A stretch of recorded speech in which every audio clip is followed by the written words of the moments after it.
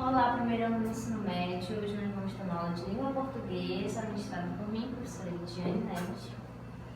Vamos fazer uma breve recapitulação antes de continuarmos o assunto novo. Estudamos na aula passada norma culta e variação, certo? Então, lembrando do que estudamos e trazendo para um assunto novo, variações linguísticas, página 12, capítulo 2 do livro, módulo 1, certo? O que é variação linguística?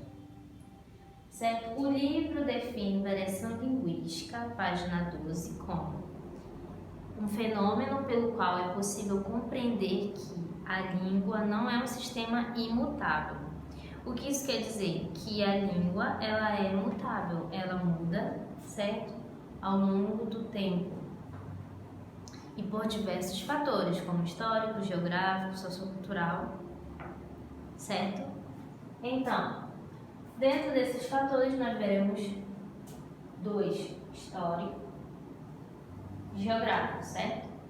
Então, com relação ao fator, a variação linguística histórica, temos a modificação ao longo do tempo, certo? E temporal. O que isso quer dizer? Que a variação linguística dentro da história, ela não é atemporal. Por quê? Ela se modifica, ela não vale para todos os tempos, certo? Por quê? Por exemplo, em determinada época se é utilizado uma expressão e essa expressão ela não é utilizada no nosso tempo, por exemplo, e por isso ela é temporal, ela equivale, ela é significativa naquela época e dali em diante ela perde seu significado. Lembrando, as expressões, as variações linguísticas é uma identidade histórica. Por quê? Porque através das expressões nós podemos ver como aquela sociedade se comunicava, por que daquela expressão, qual era o seu significado, qual a variação do seu significado. Então, para ficar claro e exemplificar, vamos ver o quarto parágrafo da página 13 no livro. E diz o seguinte, sobre notícias que estão ao lado, certo?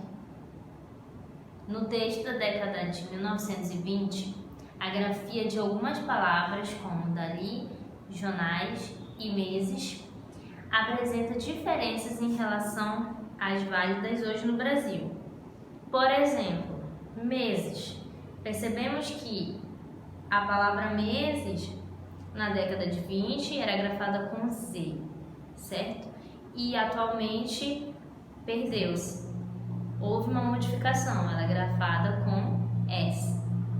Então, é por isso que ela existe a modificação ao longo do tempo, ela ser atemporal, ou seja, ela é significativa naquela época, e ela ser uma identidade histórica, ela marca a história daquele momento, daquelas pessoas, a expressão que era usada naquele momento, certo? Virando a página, certo? Página 14, veremos com relação à variação geográfica. Temos então na variação geográfica fatores históricos, sociais e econômicos. Por quê? Porque, pensemos, variação geográfica está relacionado ao quê? Território, certo? Então, pensemos nos estados. Então, as expressões, as variações linguísticas de cada estado será atrelado à história, à sociedade e à economia. Por exemplo, pessoas da periferia vão se comunicar, ter expressões diferentes de pessoas que são de classe média alta ou classe média, certo? Por quê? Porque isso é um fator econômico social. É onde elas estão inseridas, como aquele grupo se configura. Regional, está ligado à região, à regionalidade, a forma como aquele grupo daquela região região se expressa e as expressões que eles utilizam. Identidade social. Lembram que na aula passada nós vimos em variação e norma curta que a variação ela é uma identidade? Por que uma identidade? Porque ela identifica aquele grupo, aquele indivíduo, certo? E é por isso que a variação linguística ela vai ser uma identidade social. Pensem, uma pessoa que sai de Manaus e vai para São Paulo e ela usa as variações linguísticas daqui, da região, lá ela vai ser imediatamente reconhecida, certo?